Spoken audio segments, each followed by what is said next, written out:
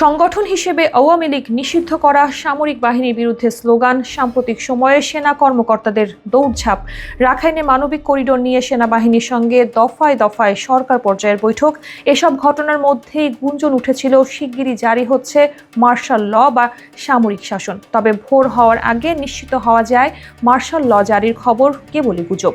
এ ধরনের কোনো ঘটনা ঘটছে না। গুজবের শুরু ভারতের সংবাদ মাধ্যম নর্থ ইস্ট নিউজের নিবন্ধ থেকে।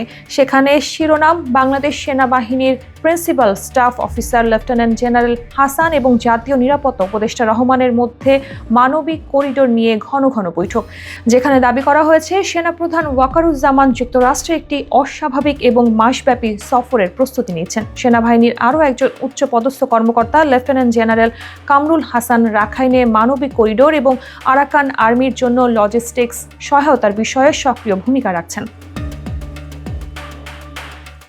দেশে সেনা শাসনের সম্ভাবনা না থাকলে মানবিক করিডোর নিয়ে সেনাবাহিনীর উচ্চ পর্যায়ের কর্মকর্তাদের এমন দৌড়ঝাঁপ দেখা যেত না বলে দাবি করেছে নর্থ ইস্ট। প্রতিবেদনে বলা হয়, 10 মে বাংলাদেশের জাতীয় নিরাপত্তা উপদেষ্টা খলিলুর রহমান সশস্ত্র বাহিনী বিভাগের principal staff officer lieutenant general হাসানের সঙ্গে 1 ঘণ্টার জন্য সাক্ষাৎ করেন।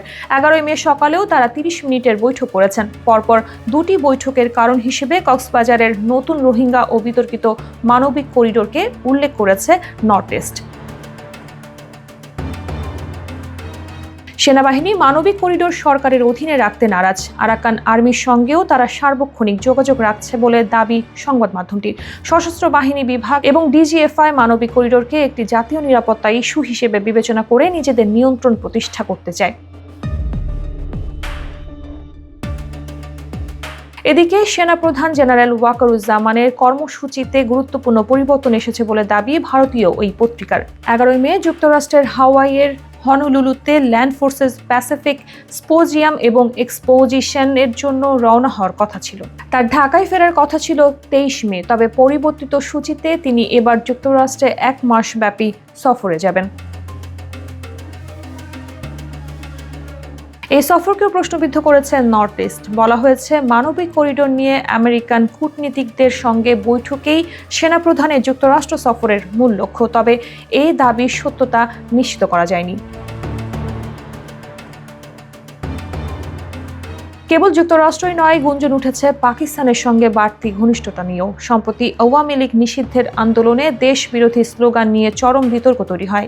71-এর মুক্তিযুদ্ধ বিরোধী এবং পাকিস্তানপন্থী স্লোগানগুলো নজরে আসে নেটিজেনদের। বিতর্ক থামতে না থামতেই পাকিস্তানের হাই কমিশনার সৈয়দ আহমেদ মারুফের ঢাকা ত্যাগ নতুন গুজবের জন্ম দিয়েছে। 11 মে ঢাকা ছাড়ার একদিন আগে তিনি কক্সবাজারে জামায়াত ইসলামী এবং আরাকান রোহিঙ্গা সালভেশন আর্মির প্রতিনিধিদের সঙ্গে বৈঠক করেছিলেন। কাজেই দেশ পাকিস্তানপন্থী হচ্ছে, এই গুজবের পেছনে দায়ী করা হচ্ছে আহমেদ মারুফকে।